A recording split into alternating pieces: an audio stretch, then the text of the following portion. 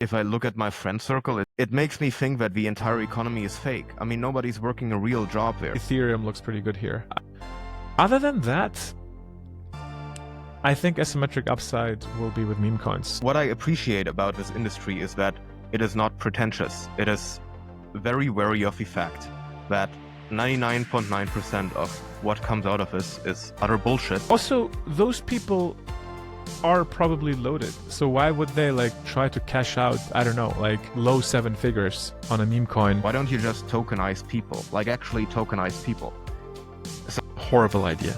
Horrible idea. The next couple of months is the time to pay attention. Not to gamble or anything, but just like pay attention and make sensible moves. I have not received any should I buy now messages for around a year, I think. So it can't be peak. Welcome. Good morning. How's life? GMGN. Life is good. I have a hard time focusing these days. I hate this period, to be honest with you. This is like just before peak bull market euphoria. Bitcoin hit all-time high. I know I shouldn't be too distracted by this stuff, but the reality is I am, and I think everyone is. It's hard to focus, but things are fine. What is distracting you? Just like keeping up with all the meta and like all the like discussion that's going on. Like I don't want to, like I want to stay at the pulse, so to speak. I think it is still reasonably quiet on the timeline. People are only slowly coming back. Bunch of traders have exited the space. Many of the accounts who are seasonally active or are still in hiatus. Doesn't seem to be overcrowded as of now.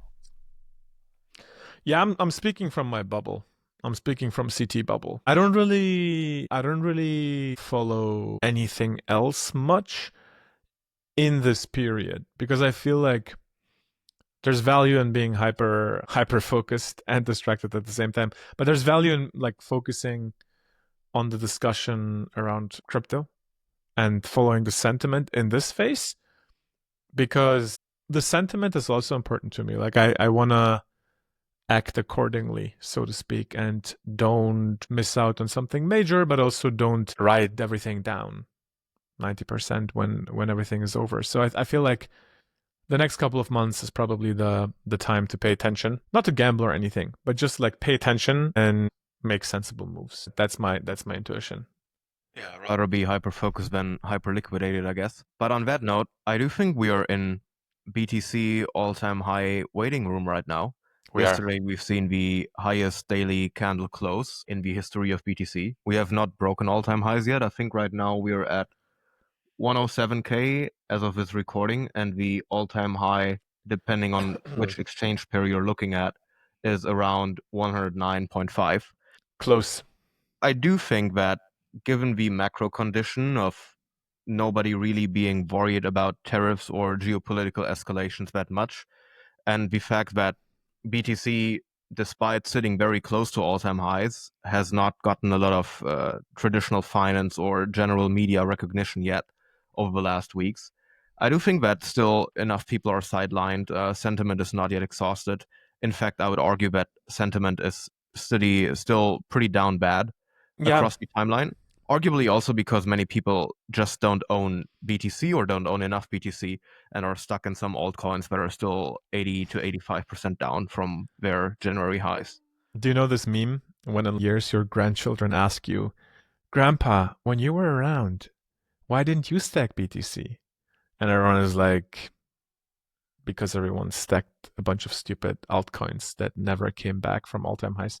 I think that's very true. I want to comment on the sentiment thing. I mean, I think the space has gotten as much recognition as it can, like especially with the Trump administration. There's now rumors about $1 billion raise for the World Liberty Initiative, and allegedly there's going to be another coin for that. Personally, I think that's bearish, but I think recognition-wise, there's no other recognition. I'm not waiting for recognition from Europe, if that's your point. But in terms of sentiment, this being top of mind for people, I do agree with you. I think while LCT, like circle jerks 24/7, I think retail and everyone else is crypto is not top of mind for them. It will be in a month or two, I think. When we enter banana zone, you will start getting messages from your uncles and cousins. Hey, should I buy now? Stuff like that. Yeah. I have not received any should I buy now messages for around a year, I think. So it I can't be mean, peak. back in November, a lot of people were asking me like, what is going on, blah blah. But where we're no like, hey, can you tell me which tokens to buy? Which compared to I think February or March 2024, I received quite a bit of those. I think there was one day on which BTC ran up from around 45 to 50 or 50 to 55, and I got an influx of a dozen or more messages from all across my TradFi and uni friends Yeah. suddenly asking me if they should buy more, what they should buy. And most of them stepped away from the market ever since we topped in late 2021. And that was the first time for them coming back. But even though we have risen much higher price wise in the meantime, I think the retail interest has declined significantly. Mm-hmm. And what Trump, Libra, etc., brought upon crypto in December and January, I don't think that a lot of retail actually participated in that. Maybe in the US, but these interactions were pretty isolated. They didn't convert into any lasting on chain active users. So Mm-hmm. I do think that some of these people, despite them having gotten burned by Libra, Trump, or Melania, or whichever other meme coins, Oh my I do god. think that there's a potential of them coming back once we see Wait. a clear break of all-time highs on BTC. Okay. We have to differentiate here a little bit and be a little bit more nuanced. So initially we spoke about recognition. I was only commenting on recognition. I think like the recognition I think is there. When it comes to the Pico top in January or whenever it was of the cycle so far, Trump is very different from Melania, right? And I would say Melania is just a straight scam and should have never existed, is The completely token or the useless. person? The token, of course. And it's just all the worst parts of the cycle combined in a coin. Trump, on the other hand, is the most powerful human on the planet right now. So him recognizing the space and launching a token attached to his name, I think is a slightly different story. I wouldn't put my life savings in it, but I think we are probably looking at more or less the bottom of the Trump token. I think assuming the cycle continues, I think it's gonna probably do fine from here. That's interesting because a lot of people have been talking about shorting the Trump coin with the upcoming Trump coin holder dinner or Trump NFT holder dinner, which I think is either tonight or tomorrow. But yeah, would be interesting to see a run up in that coin again, So especially since right now I cannot think of any catalyst. But on yeah, the other hand, I do get the point that Trump has the sole discretion of memeing that catalyst into existence. so Trump is being very opportunistic and he's being very tactical. I wouldn't say malicious, and if at all, I think his network is being extractive. But the main point here is people that will go to the Trump dinner, I don't think they will go to that dinner, meet President Trump, and then be like, now I'm gonna clip all my tokens, right? Like that wouldn't make any sense. I think if you have the opportunity to meet Trump, and by the way, if you're in the top 25 holders, there's like another event slash backroom conversation for the top 25 holders. That is worth so much more.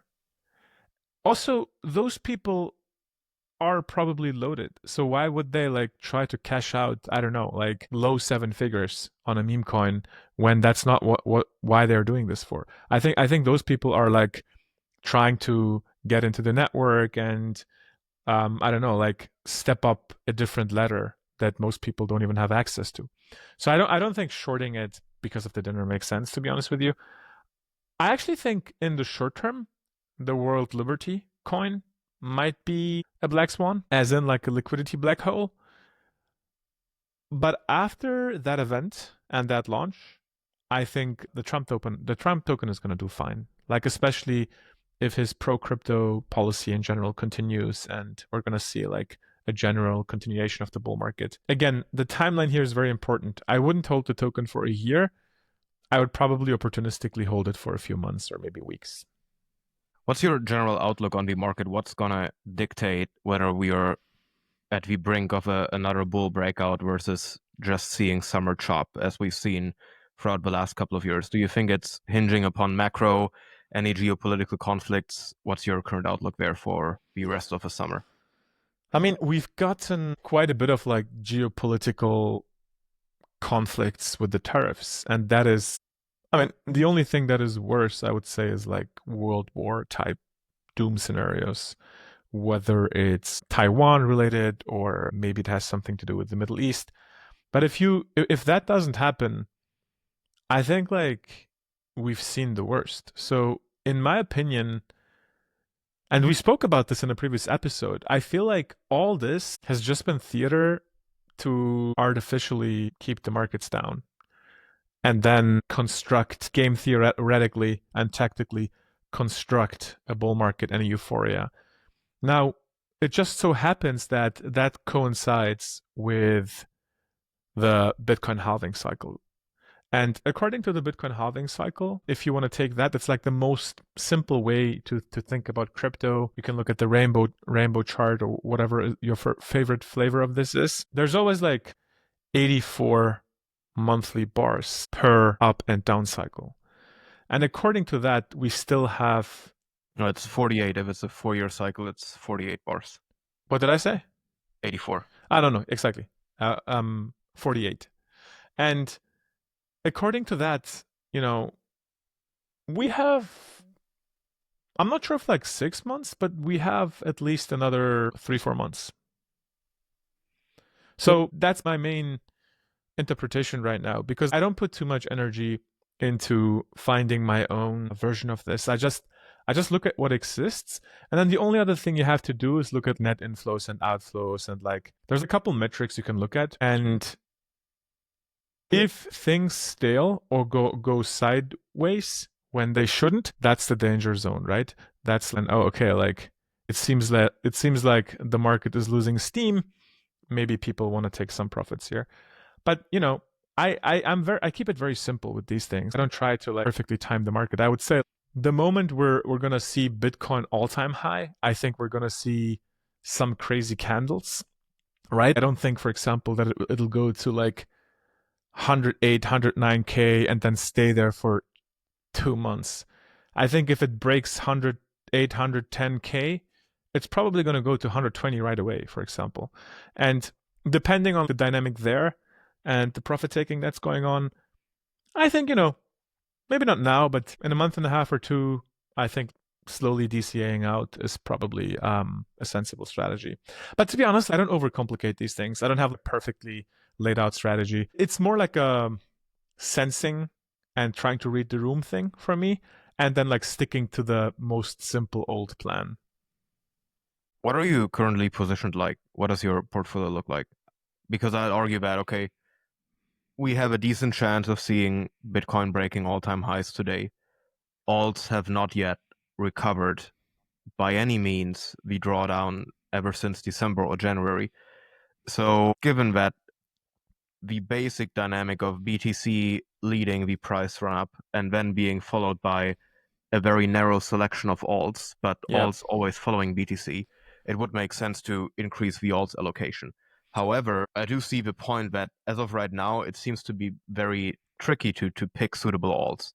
There are a couple of crypto Twitter favorites. Let's take Hyperliquid, for example. Some of the DeFi people like Pendle, some of the InfoFi people like Kaido. No, I mean, Ifina gets mentioned here and there, even though it is suffering a bit of unlocks. not the same. Then on the meme side, you have Fortcoin. But how would you allocate into alts right now?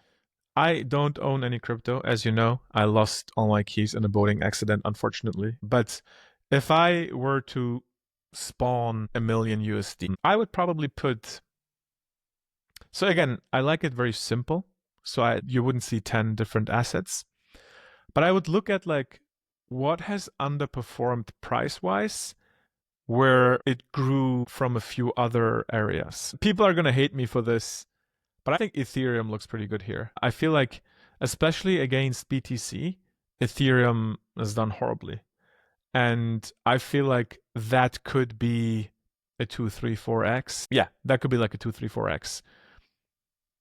Solana, I don't think has much left. Like it's not gonna go to 5,000 or anything, but it's also below 200. So below 200, I think it's a fine thing to have in the portfolio. But I think like the moment it goes over 300-400, I would start selling. Bitcoin I wouldn't hold right now because what does Bitcoin have in the tank? Like you tell me, 3-4x max. I don't think it goes to a million this cycle. I think it will go to a million in the next 10 years. So everything that I mentioned, Ethereum, Solana, and then the only altcoin I find interesting right now is Hype. Like great team, exceptional product, insane revenue, actual utility for the token in terms of like mechanism with the buybacks. And I feel like that could be the only alt that will run. Other than that, I think asymmetric upside will be with meme coins. So I think you named one of them, whether it's Fartcoin or Pepe or some dog or some cat, I'm not sure. But again, I would look at like what has performed rather poorly when it shouldn't have, and probably position, in 3-4 meme coins. How would you assess the has performed worse than it should have on the meme coin side, though, for stuff that has, in quotation marks, fundamentals like Hyperliquid? You can come up with your stupid financial metrics and say, yeah, the revenue increase, earnings per share would warrant a higher price or a better performance of the Hype token. But No, on the meme coin side, since price is the sole denominator of value, how would you say, okay, this meme coin should have performed better than another? How would you assess the underlying memetic value? even on Hype, I wouldn't look at the cash flows or anything like that. I think that doesn't justify even Hype's valuation. I think crypto you just have different multiples. On the meme coin side, again, very simple. I would look at everything that has gone down 90% plus from all-time highs, December, January, February, and I would look at things like holder growth, volume, community sentiment, any potential catalysts. If the holder count didn't go down as much as the market cap, for example, if the market cap went down 95%, which happened to some of these, but the holder count only went down 20%, and if the Twitter mindshare is a top 10, top 20 project, and if active community champions who are creating content, working on deals in the background, I don't know, managing a multi-sig treasury, if those things have gone up, and I know some of these information are not very accessible, so you have to go deeper in the trenches and go into the discords and telegram groups to find them. But that's what I would do. Like I would not gamble on any new launch or anything like that. I would just look at like, hey, like this thing went down 95%, but it doesn't look that bad. Like it's still the same thesis. So even if it doesn't approach all-time high, like if it recovers 50%, that's probably still like a 10x or something. So you'd be more inclined betting on existing memes that have been around since Oh the yeah, yeah. 24 meme cycle rather than trying to find new ones. No, I would not try to find new ones. Like it depends on how much time you have, to be honest with you. Um, will there be another runner? Yes. Do we know when and what meta it will be around? No. So I don't have time to observe pump fund launches or even like Believe app launches or anything like that 24/7. So I also don't care about like catching a 700x with one soul. Like, because that's the game, right? Like you cannot deploy 5 figures into a new launch. That's just stupid because like 99.99% are rugs. So the game you would need to play is basically um or like the thing I'm comparing here, assuming I have like 500 soul. That's probably a bit too much. Let's say like 100 soul. Assuming I have like 100 soul. Do I put one soul into 100 launches and hope that I catch a runner and don't sell and also don't round trip? Or do I take 100 soul and DCA into an existing meme and it will 5 to 8x in the next couple of months? I would definitely pick the latter. It's just the time isn't worth it for me, the stress and the uncertainty. No, I agree. I think that, yeah, I mean, on the other hand, you kind of have to make your picks where you see asymmetric upside left. I would argue that on the large cap meme side, if you look at the ones of Fartcoin and similar, MOG, Giga, SPX, whatever has been pretty hot in 2024, Yeah. it has good upside, but I don't know if out of all the categories of crypto which have the potential to run, they have the highest expected value. Look, now is not the time to catch a 50x. We are already in the bull market for over a year. People forget that. Everyone is trying to catch the next 100x. That's over. You had the opportunity last year to buy Fartcoin at 100 million market cap, but I don't know if you did, but you probably didn't. And that was the play for 100x, right? And I think right now, for the last leg of the cycle, I think people should just be more sensible with their expectations. Don't try to catch 100x. Be happy with the 4 to 8x. And if you hit an 8x with 5 figures, just exit. Just DCA out and book the profits and invest them in longer term things. And then wait for the bear market, wait for the crash. Right now, everyone seemed to align on 2026. After the peak, there's going to be a massive crash. Even Warren Buffett is hoarding cash. It's not just crypto related. Just hold cash with a DCA out profits and then DCA in again after a year and a half. I think that's a simple strategy. Like, the more moves you have to make, I think the worse the outcome will be. I think fewer concentrated bets. Okay, I met a whale, a Bitcoin whale, a couple years ago. The dude had like 10,000 plus Bitcoin. But back then it wasn't worth 100K. It was worth like 6K or something. And I was like, what's your trading strategy? And he's like, he does 2 trades a year. So he follows like the moving average, basically, the EMA. He follows like the 200 moving average. And he's like, when it goes up, he sells some. When it goes down, he buys some, like 2 times per year. And maybe it's 3 times per year when there's a catalyst and things go up more than they should have.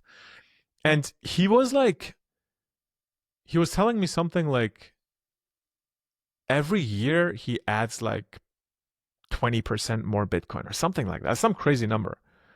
And I was like, okay, that's pretty insane. But the point there is, doing more is definitely worse for most people. There's always the counterexample, the autist Discord kid that just catches every runner and makes 8 figures per cycle. But I think that's nothing you can plan. No, I directionally agree with most things. I still think that if we see a total explosion of prices, especially in alts, I do think that if you are able to catch on to new metas quickly, just as people have been catching on to meme coin stuff last year, I do still think that there are a couple of 100x's left that are yet to be launched. However, I would also argue that they are going to be very short-lived, and unless you have been a seasoned participant of a market for the last couple of years and you're already deep down in the trenches, I don't think it is plus EV to participate in these games. I do think that if you're new to this and you think that you'll just go in, hop onto some new meta, or if you're kind of a recovering market participant from 2021 where you were interested in crypto for 3 months and now you think it's the time of coming back, I think you'll get absolutely wrecked. And I think you're money is better allocated in BTC, some of the other majors, and maybe some very selective alt exposure. I'll have to add some context there. So when you say there's a couple hundred X's left, there's two ways to look about it. If you're referring to altcoins and like tech projects, I would say no way. There's no tech altcoin right now that'll do 100x. Agree. So the only other area where that can happen is like meme coins. And we're back to the fact that when a new meme coin launches, so let's say 100x, what is a realistic scenario? Like you catch it at 300K, you ride it to 30 million. So how much do you deploy into a 300K coin that just launched? 1 sol, 2 sol, max. I mean, I'm sure there's some degens that do more, but that's the point. You cannot go into meme coin launches that may or may not do 100x with size. And that's why it's not about, at the end of the day, it's not about the multiple you make. It's about the net. How much did you profit net? Whether it's through 100x or you invested 6 figures into a 2x.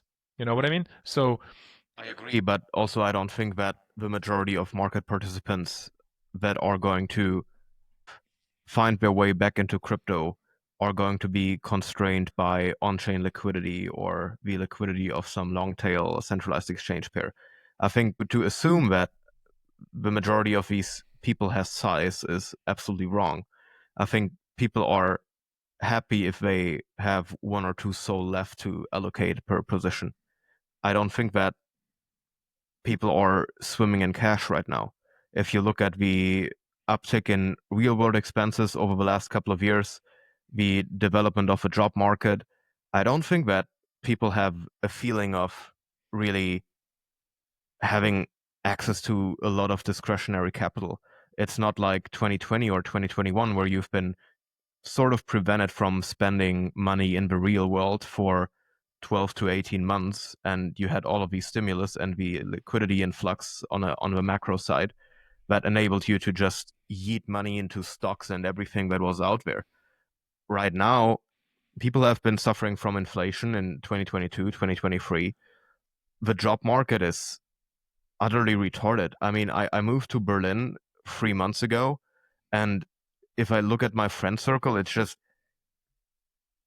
makes me think that the entire economy is fake. I mean, nobody's working a real job there. If you look at all of these white collar jobs, and if you look at what people are doing, it feels very weird, and it does make me closer to thinking that we are predisposed to a severe recession in the next couple of years. I really don't like the entire crash prophecy stuff because, yeah, they predict 10 recessions and one of them will happen.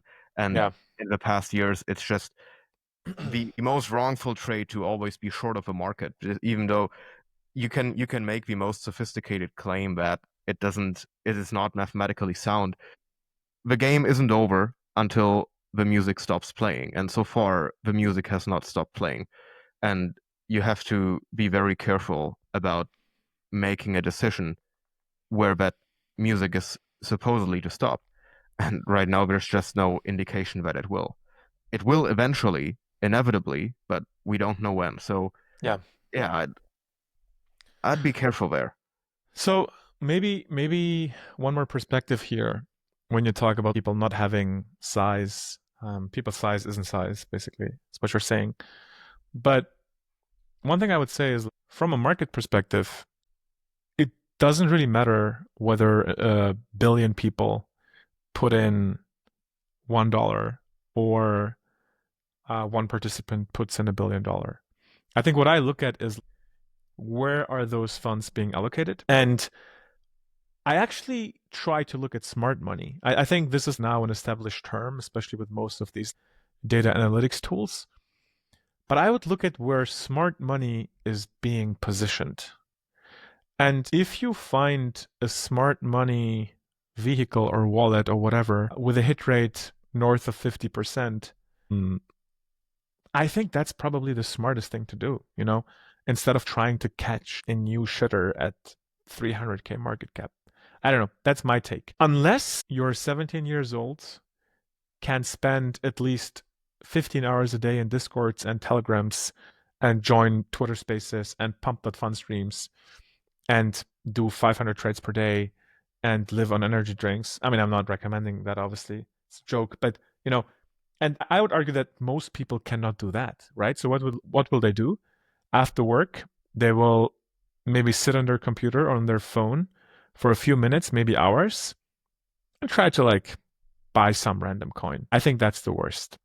That is like the worst thing they can do if we're talking about like 100x's and meme coins. So I still think even if you only have one soul to allocate, I would probably try to X that and not 100x that. I would disagree that it definitely matters if it's a billion people allocating $1 versus one person allocating $1 billion, because the people with size and the smart money doesn't allocate into things where they don't see a path of other people allocating into as well, because they need to exit at some point in time. Yeah. The smart money in crypto, unless it's BTC and ETH holders and maybe right now developing SOL holders, they have not made these profits every cycle by staying allocated to all of that crap over years. You would have underperformed tremendously unless you would have held BTC, ETH, or SOL in the past years. So exit liquidity and dumping on the people once the hype is growing, it's essential to make profits in that market. So I ETH would was say the same price last cycle. yeah, I mean ETH has been lagging, but if you look at it since inception, Yeah. whereas most of the other alts, they have peaked the first cycle they have been launched, and they have been down 99.9% ever since, and they have zero mindshare left. Whereas I would agree, okay, ETH has underperformed BTC significantly, but people have always recognized it as an important player in the on-chain economy. That has never declined significantly. There has been a lot of raging about ETH, a lot of hating on ETH, but ETH stayed relevant. It's been living rent-free in people's minds. Now it has gotten a little bit of competition on Solana, but Solana is still as established. You can see a similar dynamic developing there, that people who have been holding Solana over time have done very well. I don't think that this will continue into infinity because, again, as with the economic and monetary system, all things come to an end. Yeah. But unless you look at these three major coins, you would have lost if you had been relying on holding stuff for multiple years. I agree with that. I think one different dynamic with the more recent chains is also if you look at the like inflation and the sell pressure coming from validators or stakers, I think it's relatively high. It's not comparable with like traditional proof of work chains where you had the sell pressure from miners, but it was extremely predictable. I think now with the staking game, especially on Solana, like one of the reasons why I'm not extremely bullish on Solana price appreciation is that if you are doing business in the Solana ecosystem and you are, for example, a validator hoarding SOL, these are like multi-dollar million dollar companies, right? I take the top 10 validators. If they each hold a couple million SOL, for them it's significant whether SOL is at 180 or 320. So I feel many of them would DCA into cash the moment it goes to all-time highs. Because for them it doesn't matter. They just want to like increase their war chest. They don't have to over optimize. I feel like there would be a lot of sell pressure for Solana the second it goes over 300, 400, or even 500. I think I don't Solana is $420 coded. Take number of profit or life. slightly before that. Nice. Yeah, and then for ETH, we said it's underperformed, but I also don't see a 10x for ETH or anything like that. I think if we're lucky, we're gonna see 10k ETH. I mean, you know what's funny with all these predictions? They look so stupid in hindsight when the God candle is printed, which puts it at like 25,000 or whatever. But I would say I don't think it goes above 10k. But I don't hold any ETH because I lost all my keys in a boating accident. We've been yapping for almost 40 minutes. What other topics do we have? Anything new in the ICM meta? It's been declining quite a bit, I would say. It's a narrative that the Solana Foundation pushes, and I think Believe app was one of the biggest use cases applications for that meta, amongst a few other things. Even within the ICM meta, now it seems that the ICM memes took over and not the real projects, because people quickly realized that, if you look at real projects and their cash flows, it's like it, it doesn't really matter what the cash flow is. The cash flow doesn't just. You have no entitlement to these cash flows. There is no First of contractual. all, that, but even if the cash flow of the business would buy back the token, it wouldn't. It doesn't put the token at $100 million market cap, and these things were already valued at like 10, 15. Dupe was 70 million at some point, and again, people I think realized that's not very sustainable. In my mind, it's a bit unfortunate. I think it's an extraction game in the sense that the big benefit for creators with Believe app is they don't have to dump the token. They can just harvest the fees, and the fees are insane. For every 1 million in volume, you're making 10K in fees. So some of these meme coins there have 10 million daily volume, which is 100K in fees. So whoever created those tokens are making 100K per day. So that's a bit unfortunate. I don't really like that. Internet capital markets as a more general concept outside of Believe app and all these stupid coins makes perfect sense still, I think. But it does feel a bit forced, and I think crypto Twitter and the community doesn't really like it. There's a few people pushing their narrative, including the Solana Foundation. But, I'll give you an analogy here. When gender speak became very popular, it was basically a top down thing. It was a politically forced meta from the government and from the media to speak, non-violent, very gender neutral, regardless of what we think about that. But I think that's why people hated it. People were like, hey, like, why is someone dictating me how I need to speak now? It wasn't something that grew organically in the households because like society's shaped in a certain way. You know what I mean? And this is the thing, like if you have these like top down politically enforced metas, which ICM feels like, I don't think it will last and I don't think it will long, or at the very least people will not like it. On the other hand, if you have culture coins that are spawned bottom up from the community, those are the things that people love. And that's why ICM feels politically top down, and that's why I got much more bearish on it. As a concept, obviously, reading in between the lines, I love internet capital markets. I want markets for everything. Price everything on chain. Store the days in which we can say gay and retarded again. No, I And now I we can't largely agree release this podcast. with the analogy. One thing that I do think differs, though, is that the whole meta of political correctness did not emerge out of any inherent need. It was just emerging out of boredom from these top-down political class people. Whereas in the crypto markets, you have an innate demand to bet onto some new narrative because otherwise there would be nothing to talk about, nothing to do. You could draw the parallel that this also emerges out of boredom and not really out of necessity, but under the assumption of financial markets work by having liquid capital available, that liquidity fluctuates depending on what central banks do, what commercial banks do, what stocks do, etc. So you have more and less demand for speculative assets.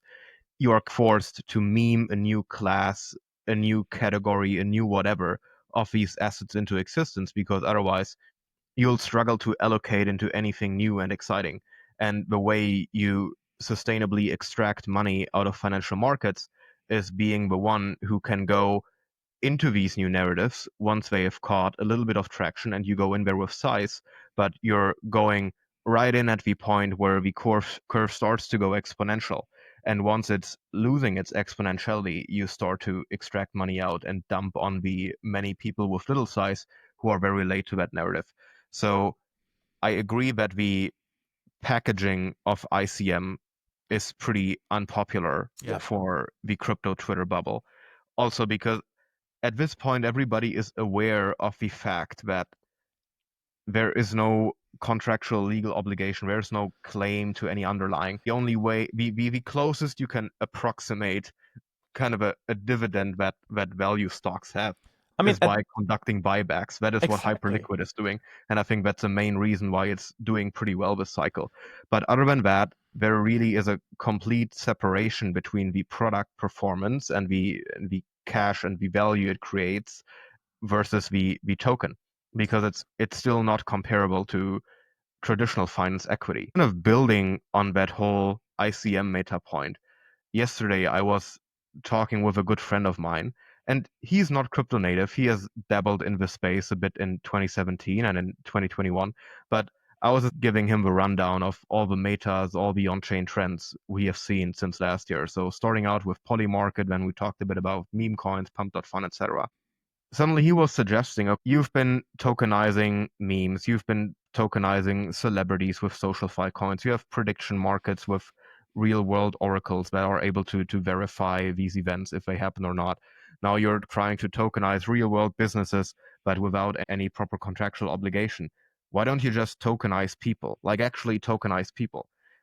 So there, I think, are two ways into which this could go. Either you just build like a slavery.fun type of application, you just own shares of people. Of course, the enforceability would become pretty complex, especially if you're dealing with international transactions there, because I don't think that the authorities in some second or third world nation would be particularly interested in enforcing whatever contractual claim you have against the future earnings or whatever against one of their citizens. On the other hand, I do think that it could be viral and fun application because it perfectly fits the culture of crypto. I mean, what is the most degenerate form of tokenization? Well, you tokenize the thing or the subject that is the least politically correct to tokenize, which is humans. It's not directly slavery because, again, there's no contractual obligation, just as there is no enforced distribution of earnings of companies being tokenized via something like Belief app. But the good side this could potentially take would be that you have people, I don't know, aspiring doctors, physicists, whatever, in Nigeria or whatever other third world nation, which has a lack of capital but abundance of internet access. Yeah. And these people would be able to fundraise for whatever they need to do in their Yeah. life. And they would entitle the shareholders to their future earnings as a doctor. Again, it would be hard to enforce that and to verify it because you'd have to have a lot of manual approvals of certain achievements. Then also the flow of funds and the release of funds would be pretty tricky because the easiest way, for example, if you were to fund somebody's studies, I mean, they should get the funds after they've completed the studies because then you have actual proof that they have done the thing. But obviously, they need to pay the fee before they even start their studies. Yeah. So there's a lot of trust factor involved there. But I do think if it's packaged correctly as a narrative and if the UI is intuitive and is optimized for mimetics rather than the actual product itself, it could gain quite a bit of traction in crypto Twitter, particularly because I you can fall back on existing incentive mechanisms. You could use a similar liquidity bootstrapping as on Max, Pump.fun. horrible idea. Horrible idea, you And think so? for that reason I'm out. No, I would not do it. I don't like the idea. And here are a couple reasons. First, do you know the meme of NFT minters or crypto founders after the fundraise? And then there's this thumbnail of this YouTube guy who's like, I'm out, goodbye. As if you've ever launched a token in your life, you know how freaking painful it is. You know the amount of death threats and FUD you're getting because you're attached yourself to this thing. Speak to every crypto token founder. I think their inner dream is to disassociate themselves with the token at some point. They know that they can't do it right away because it looks like a rug, but I think many people would love to do that and do that. That's number one. You don't want to have anything. It's like the opposite of freedom. You don't want to have anything associated to your name for the rest of your life. And then if you don't do it for the rest of your life, then it's just a weird temporary thing. That's number one. Number two, or maybe regarding number one, there's another funny example. Do you know this? Like, I saw a screenshot the other day where someone was like, "Hey, our mint is ready in 2 hours," and then the next announcement was like, "Unfortunately, one of the founders died during the Oh mint." yeah, I've seen that too. You know That what I was mean? Like, it's people don't want to manage tokens for too long. I think most people just want to trade in and out. But if you are the founder type, and this is the thing, you're pitching a mainstream idea product, but only like founder type, entrepreneur type people would actually do that, which are not a lot. The second reason, though, we have infrastructure for all that today. Why can't they just do a pump fund? Why can't they just do a belief thing? Why can't they just do another pick your launchpad thing? I think the launchpad infrastructure exists. I think it's much better to bet on an established launchpad ecosystem than trying to create your own just with a different spin. You know what I mean? You know, you could do live stream updates on Pump Fund if you launch a Pump Fund. You could have a buyback for your Pump Fund token. Now, Pump Fund allows you to earn creator fees.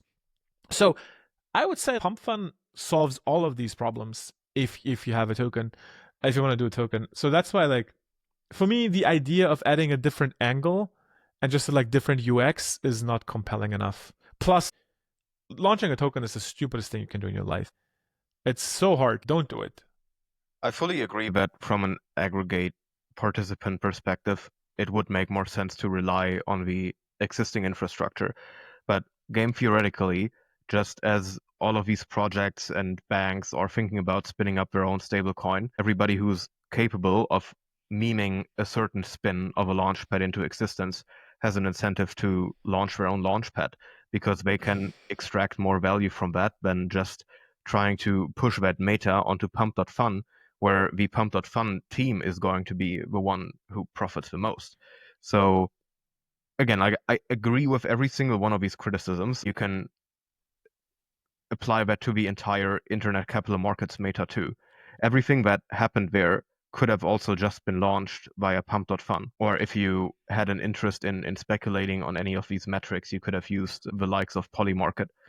But yeah, until this meta of launch pads is completely exhausted, there is an incentive to launch new ones just with some minor twist. May it be celebrity or people, may it be businesses with non-existing ref shares, may it be pure memes without any underlying promises. But I mean, it's the same with chains, right? We will not have 200 chains, relevant chains. I mean, 200 maybe, because that's not a high number. But we won't have 2,000 relevant chains in a couple of years. I think there will be like 10 to 50 relevant chains. Similarly, how many launch pads will there be? There will be 5 relevant launch pads ever, I think. So, yeah, I guess there's still room to building the fifth one or the third one. But the idea, the specific person, soulbound. I mean, by the way, soulbound token or like Ripple token, that idea existed forever. That idea existed for over 10 years. Right after Bitcoin, people were doing people tokens and stuff like that.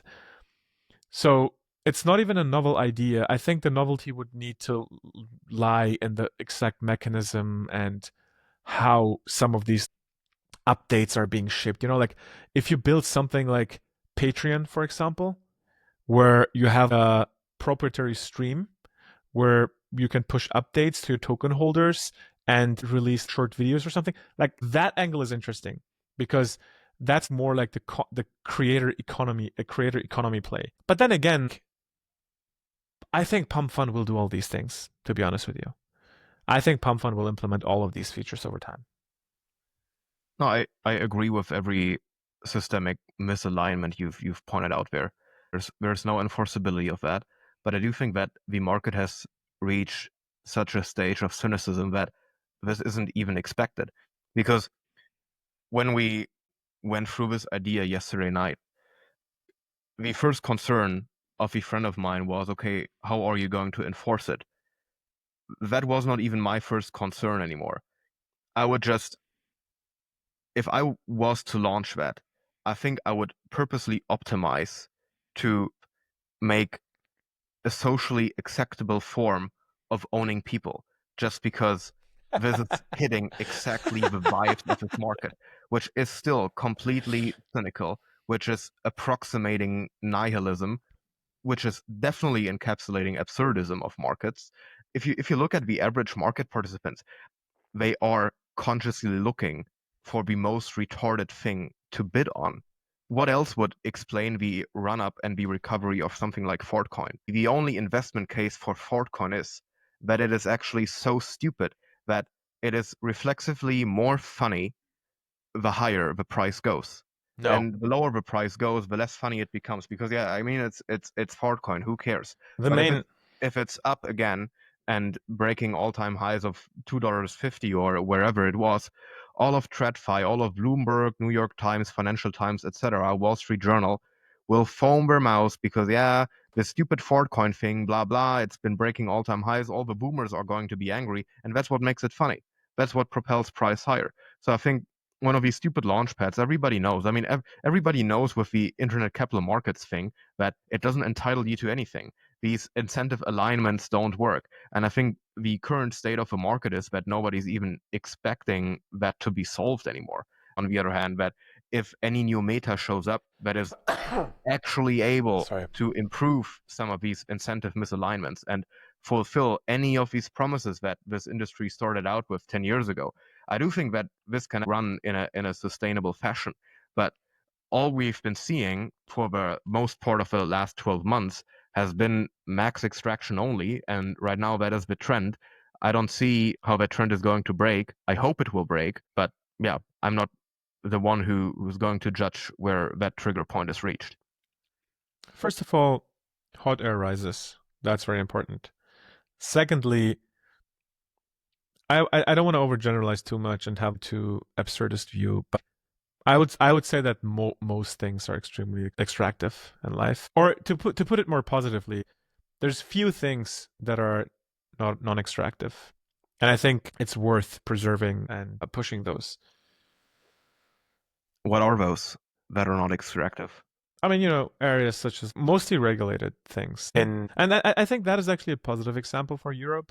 As much as we shit on the protective and regulatory environment, I think when it comes to things like the rents we pay or the water that comes from the faucet or the electricity, certain things that are important for life are protected in a good way, such that there's no crazy extraction going on. I mean, there's still extraction going on, but not to the extent that we're seeing it in crypto. The funny thing is, I don't see this extraction thing as a bad thing. I see it as, if that's human nature and this is how people are, I mean, life is about dealing with humans. Learn how to deal with humans. Learn what it means to get scammed and then don't get scammed anymore. I think the idea that we're going to stop scamming each other as a society, as a global thing, will never work because there will always be scammers. There will always be criminals. And I think to some extent, what I like about crypto is you're being exposed to those people and you have to deal with it and you have to learn to navigate it. And I think after your first few scam or rug experiences, definitely, at least in my case, it helped build some resilience. And I was already the type, growing up in a big European city where it's relatively unsafe, I would say, at night. You're exposed to things that, in theory, in a perfect world, shouldn't happen, but they happen. And in that sense, yes, there's a lot of extraction going on, but there's also extraction and weird marketing and sales schemes for traditional companies. And you should be as well equipped to detect those and not fall into those traps as you shouldn't fall into the traps in crypto. So, long-winded way of saying we're at the hour. We need to make a point here and close the.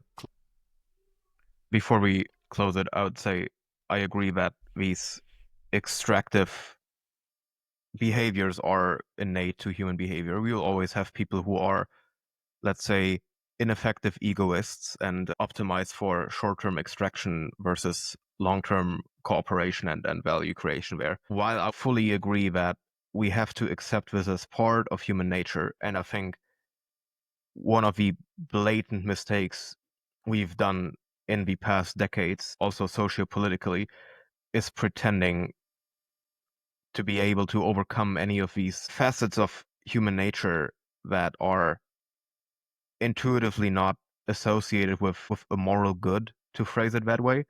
I also don't think that we should just become indifferent to them. I still think that there is a certain necessity of publicly calling these behaviors out and calling out these mechanisms and putting a societal shame on them, because otherwise we are running at the risk of these behaviors spiraling out of control. Because the couple of percentage point of sociopaths and psychopaths, they will always exhibit these traits and always exhibit these behaviors, and you cannot really deter them.